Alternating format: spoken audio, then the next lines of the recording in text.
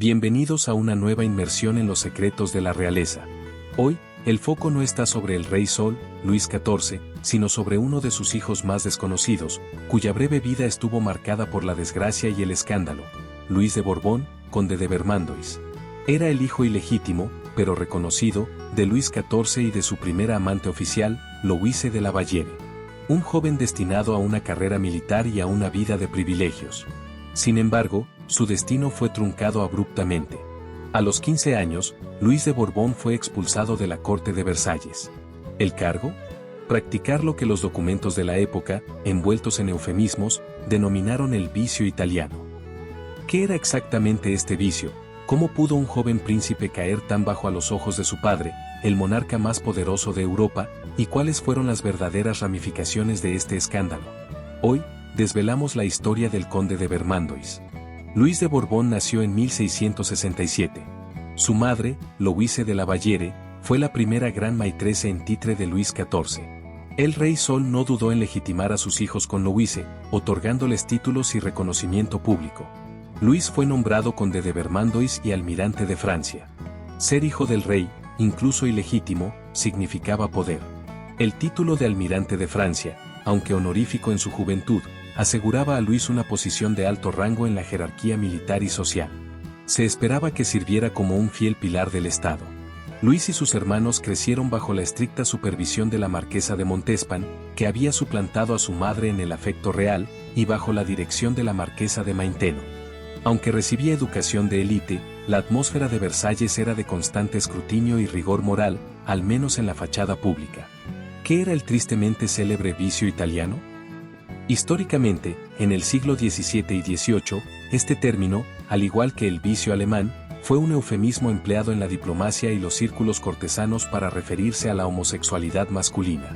La connotación de italiano se debía, en parte, a la percepción de una mayor laxitud moral en las ciudades italianas, aunque su uso era principalmente un código. El escándalo estalló en 1682. Luis, con tan solo 15 años, se había vinculado a una facción de jóvenes nobles conocida por su vida disoluta. El líder de este círculo era, presuntamente, el Chevalier de Rohan, un hombre adulto y experimentado conocido por su influencia corruptora en la juventud dorada de Versalles. Los detalles exactos fueron cuidadosamente borrados de los registros oficiales. Lo que sí sabemos es que las actividades de Luis y su círculo llegaron a oídos del rey Sol. La reacción de Luis XIV no fue solo de furia paternal, sino de alarma política. Para Luis XIV, la monarquía borbónica no era solo un gobierno, era una institución divina que requería una imagen de absoluta moralidad y piedad, especialmente después de que el rey comenzara a acercarse a la devoción religiosa.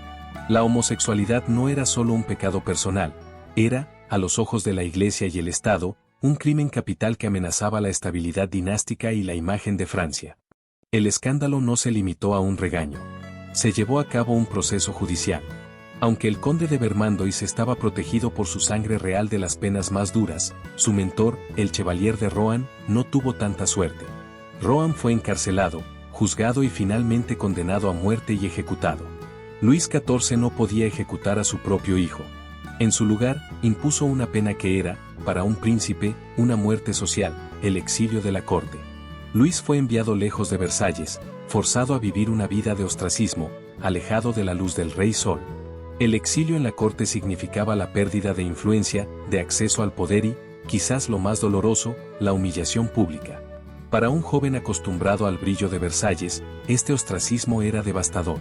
Los cronistas registran que el rey le prohibió terminantemente volver a ver a su padre, lo que supuso una ruptura emocional total. Desesperado por recuperar el favor de su padre y lavar su nombre, Luis de Borbón se lanzó a la única vía de redención posible, la guerra. Buscó el servicio activo en el ejército, demostrando un valor excepcional en el campo de batalla para probar su hombría y lealtad. En 1683, se unió a las fuerzas francesas que asediaban la fortaleza de Courtrai, durante la Guerra de las Reuniones. Demostró una disciplina y un coraje admirables, buscando el peligro de forma casi temeraria. Desafortunadamente, este intento de redención heroica fue su final. Luis de Borbón, conde de Vermandois, murió en Flandes en noviembre de 1683, apenas un año después del escándalo. La causa oficial fue una enfermedad repentina, posiblemente la viruela o una fiebre de campamento. Tenía solo 16 años. Se dice que Luis XIV, a pesar de su frialdad anterior, sintió una gran pena por la pérdida. Permitió que el cuerpo de su hijo fuera trasladado y enterrado con honores en la Catedral de Notre Dame. Fue un reconocimiento final y póstumo a un hijo al que había amado y luego repudiado.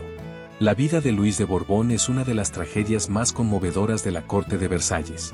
Fue un príncipe que nació en el cenit del poder, solo para ser devorado por los códigos de moralidad de su tiempo.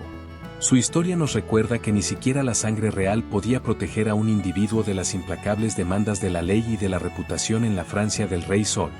El vicio italiano fue el pretexto para una purga moral y política que Luis XIV consideró necesaria para cimentar su propia imagen de monarca piadoso y justo.